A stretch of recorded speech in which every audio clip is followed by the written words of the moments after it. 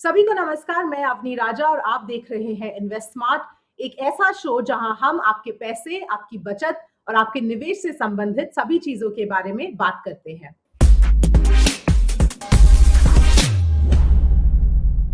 आज हम बात करेंगे एक ऐसे टॉपिक के बारे में जो बहुत ही महत्वपूर्ण है। हम बात करेंगे नॉमिनेशन के बारे में। प्रॉपर्टी हो या फिर म्यूचुअल फंड या फिर बैंक अकाउंट, नॉमिनी होना जरूरी क्यों होता है, ये कैसे मदद करता है और कैसे नहीं, ये सब जानने के लिए हमारे साथ जुड़ रहे हैं हर्ष रूंगटा। हर्ष, शो पर आपका स्वागत है। ये काफी कॉम्प्लिकेटेड टॉपिक है, लेकिन सबसे पहले मैं आपसे पूछना चाहूंगी, अगर आप नॉमिनेशन के बारे में थोड़ा समझा सकते हैं, किसे नॉमिनी बनाना चाहिए? नॉमिनी किसे बनाना चाहिए? जिस आप चाहते हैं कि जो उस प्रॉपर्टी को मैनेज कर पाएगा या शायद एंजॉय भी आपको उसी को देना भी उसी को है, या अगर समझो जिसको देना है वो आपको लगता है कि काबिल नहीं है उसको हैंडल करने के लिए, तो जो एक बार मैनेज करेगा हैंड ओवर करने से पहले उसको नॉमिनी बनाना चाहिए।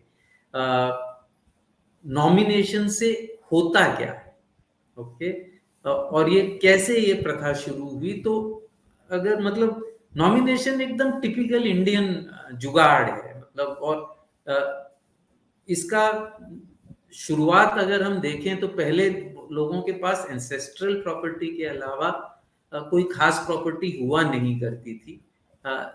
सबसे ज्यादा पैसा अगर होगा तो वो बेसिकली हमेशा प्रोविडेंट फंड हुआ करता था, जो लोग काम करते थे ऑर्गेनाइज्ड सेक्टर में। तो प्रोविडेंट फंड में नॉमिनेशन रूल्स हमेशा से ही थे। फिर ये बैंकिंग में शुरू हुआ 1980 में। पिछली सेंचुरी के लास्ट दशक में ये कंपनीज एक्ट में अमेंडमेंट आया, और सेबी एक्ट के तहत, जो भी 90s में पास हुआ था, सेबी एक्ट के तहत उन्होंने फिर म्यूचुअल फंड्स के लिए भी नॉमिनेशन का जो सिस्टम है वो डिवाइस किया है। तो नॉमिनेशन से होता क्या है?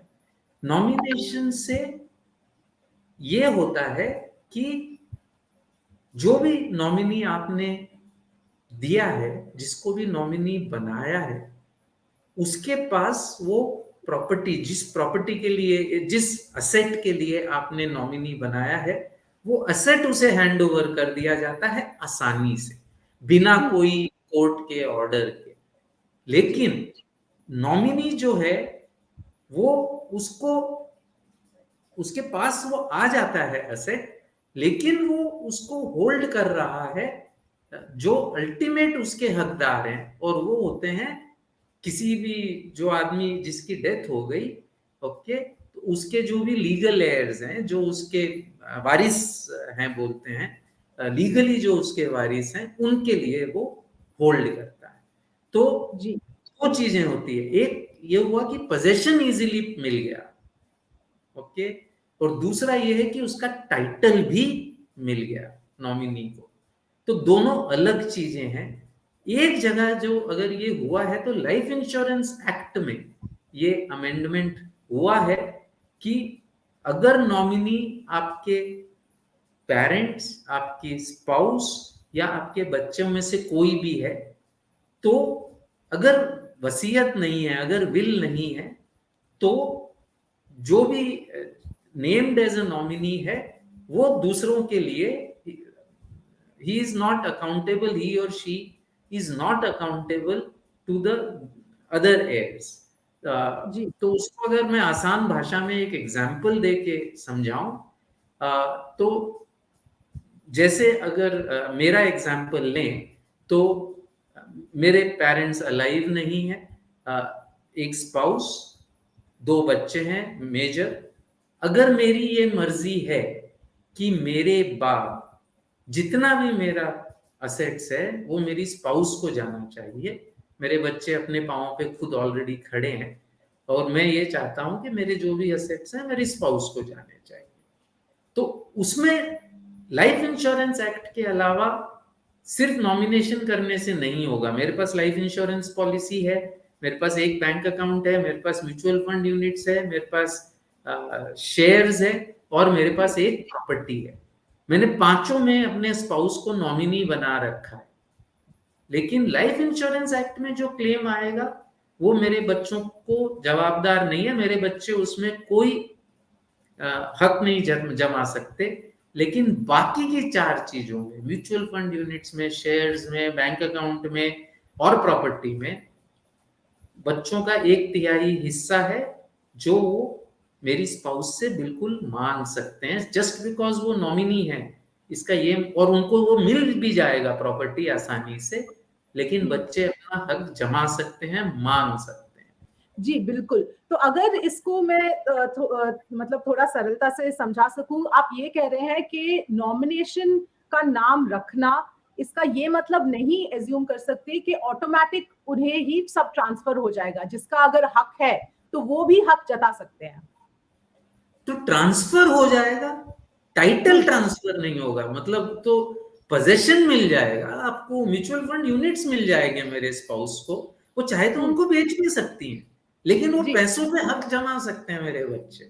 ओके, वो शेयर्स हैं, वो उसको ट्रांसफर हो जाएंगे, वो बेच सकती है मेरी स्पाउस, लेकिन बिल्कुल। मेरे बच्चे उसमें अपना 1/3 हिस्सा मांग सकते हैं।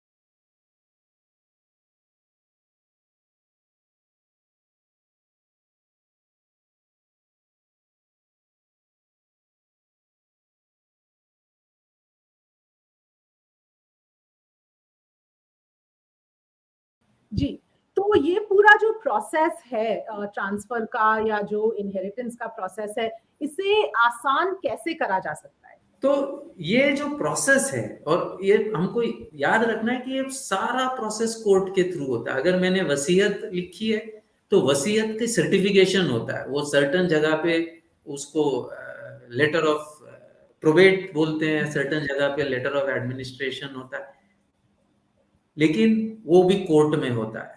ओके, और अगर मैं बिना वसीयत के डेथ हो गई, बिना वसीयत लिखे अगर मेरी डेथ हो गई, तो मेरे वारिसों को या मेरी स्पाउस को, she will have to still go to the court, okay, even though there may not be dispute, but to get the title, उसको पक्का करने के लिए उसको फिर भी कोर्ट में जाना पड़ेगा।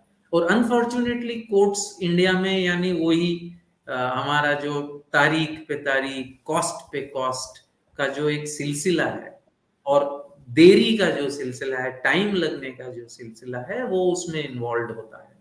तो इसका सोल्यूशन क्या है कि ये जो आज एक 2 स्टेप प्रोसेस है, कि पहला स्टेप है पोजेशन ट्रांसफर करना, दूसरा स्टेप है कोर्ट के थ्रू उसका टाइटल ट्रांसफर करना।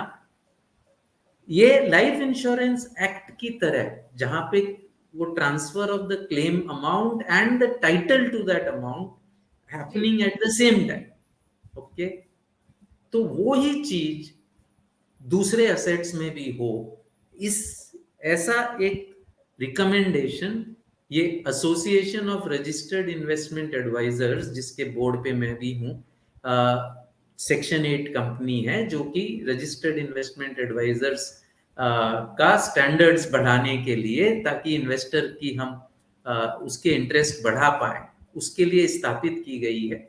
उसका एक वाइट पेपर हमने पब्लिश किया था। ये वाइट पेपर लिखा था श्री प्रमोद राव ने, जो उस समय चीफ जनरल काउंसिल थे आईसीआईसीआई बैंक में। उन्होंने ये अपनी पर्सनल कैपेसिटी में लिखा था। श्री केवी कामत ने इसका इस पे फॉरवर्ड भी लिखा है, shows how important this issue is to everyone.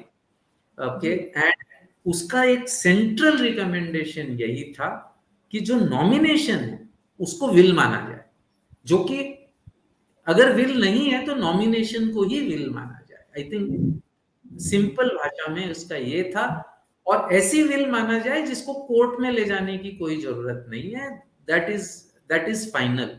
तो जी पोजेशन भी तुरंत मिल गया, टाइटल भी तुरंत मिल गया, जो आज लाइफ इंश्योरेंस एक्ट में ऑलरेडी है, वो दूसरे एसेट्स में भी होना चाहिए। ये उसका सेंट्रल रिकमेंडेशन है। जी, बिल्कुल। हर्षी, एक और अगर मैं उदाहरण के तौर पे लूँ कि अगर आप बच्चों की बात कर रहे हैं और 2 माइनर बच्चे हैं, तो फिर किस तरीके से होना चाहिए? और समझ लीजिए कि पेरेंट्स, उनके पेरेंट्स को जॉइंट होल्डर्स है, तो बैंक अकाउंट या म्यूचुअल फंड या कुछ भी हो, एसेट हो। तो फिर कैसे ये पूरा प्रोसेस करना चाहिए? तो ये माइनर चिल्ड्रन, और एक्चुअली इंडिया में सबसे बड़ी ये प्रॉब्लम है कि कोई विल लिखता ही नहीं। ओके, जी, मतलब 99.9% लोग शायद विल नहीं लिखते। ओके, करीबन हिंदुस्तान में 1.2 करोड़ डेथ्स होती हैं हर साल। हुँ, हुँ, ओके, और विल्स मेरे ख्याल से रजिस्टर 5 अंकों में भी नहीं है। ओके, जी, तो 10,000 विल्स भी नहीं होती, 1.25 करोड़ लोग मर रहे हैं हर साल। Okay, hmm, that should give you the kind of कि कितना इसके बारे में जागरूकता नहीं है और कितना ये प्रोसेस को पेचीदा बना रखा है। बट कमिंग, जो आपने एग्जाम्पल बताया, कि मैं एक एग्जाम्पल देता हूँ और ये एक्चुअल किस्सा हुआ है। अ, मेरा एक फ्रेंड था, क्लाइंट तो नहीं था, फ्रेंड था। उसकी स्पाउस मतलब अर्ली 40s में थे, 2 माइनर चिल्ड्रन। वो उसकी आकस्मिक किसी एक्सीडेंट में डेथ हो गई।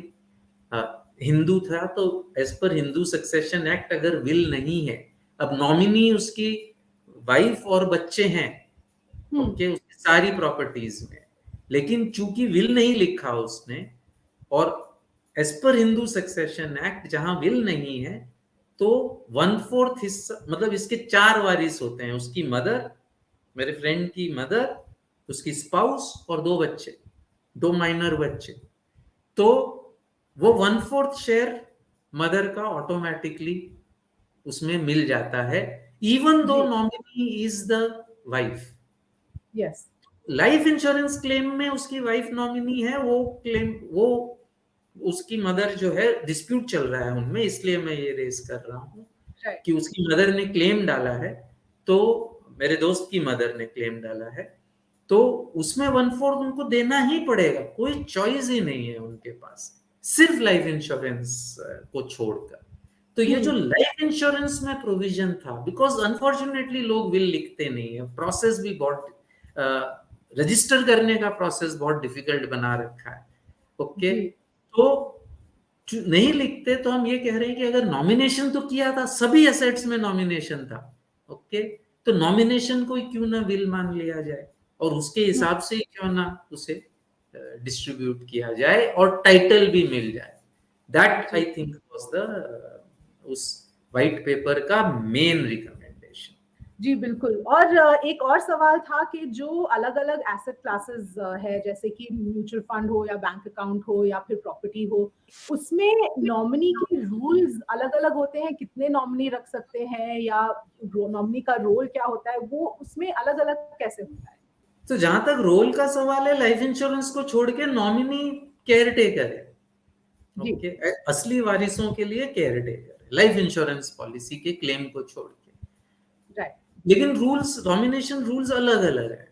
तो प्रोविडेंट फंड फॉर एग्जांपल के रूल्स 40s में 50s में बने थे, जो सरकारी प्रोविडेंट फंड है उसके तो रूल्स 1920s में बने हैं। उसको अमेंडमेंट किया गया था, तो सारे 1960s के आसपास में रूल्स बने हुए हैं। तो उसके तो रूल्स बहुत ही जिसे कहते हैं कि एक अलग ही सोशल ईरा के रूल्स बने हैं। जैसे अगर मैरिड हैं, अगर जैसे अगर आप हैं और अगर आप मैरिड हैं, तो आप अपने माता पिता को नॉमिनी नहीं बना सकती, आपको अपने हुँ, हस्बैंड को बना सकती हैं, बच्चों को बना सकती हैं, जी, हस्बैंड के पेरेंट्स को बना सकती है, अपने खुद के पेरेंट्स को नहीं बना सकती। ओके, जी, ऐसे जी, रूल्स हैं, तो लेकिन वो हुँ, उस जमाने के समझो रूल्स हैं। ह्यूज बिल्कुल, डिफरेंशिएशन बिटवीन मेल्स क्या कर सकते हैं, फीमेल्स क्या कर सकते हैं। जी, लेकिन फिर धीरे धीरे वो सुधरा है। लेकिन अलग अलग टाइम में बने हुए रूल्स अलग अलग हैं। बैंकिंग में एक ही नॉमिनी अलाउड है, क्योंकि वो एक्ट में स्पेसिफाई एक ही नॉमिनी किया गया है। फिर कंपनीज एक्ट में ऑफ कोर्स अब 3 नॉमिनीज अलाउड है, म्यूचुअल फंड्स में भी 3 नॉमिनीज अलाउड है। म्यूचुअल फंड में आप नॉन इंडिविजुअल्स को भी नॉमिनी बना सकते हैं, चैरिटेबल ऑर्गेनाइजेशंस को बना सकते हैं, सरकारी ऑर्गेनाइजेशंस को जहां आप छोड़ के जाना चाहते हैं अपने म्यूचुअल फंड्स को, तो उनको आप नॉमिनी बना सकते हैं। लेकिन वसीयत में भी लिखना पड़ेगा, वो भी केयरटेकर ही है अगर वसीयत में नहीं लिखा तो। लेकिन नॉमिनी बना सकते हैं ताकि आसानी से वो जो पैसे हैं और म्यूचुअल फंड यूनिट्स हैं या शेयर्स हैं वो ट्रांसफर हो जाए। जी बिल्कुल हर्ष, तो मतलब सबसे बड़ा जो टेक अवे है कि नॉमिनेशन तो करना ही चाहिए, लेकिन उससे ज्यादा वसीयत होना बहुत ही जरूरी है। ये मेरे लिए सबसे बड़ा टेक अवे है इस पूरे कॉन्वर्सेशन से। हर्ष, हमारे साथ जुड़ने के लिए बहुत बहुत धन्यवाद। आज के लिए बस इतना ही, मिलेंगे अगले हफ्ते एक और मुद्दे के साथ।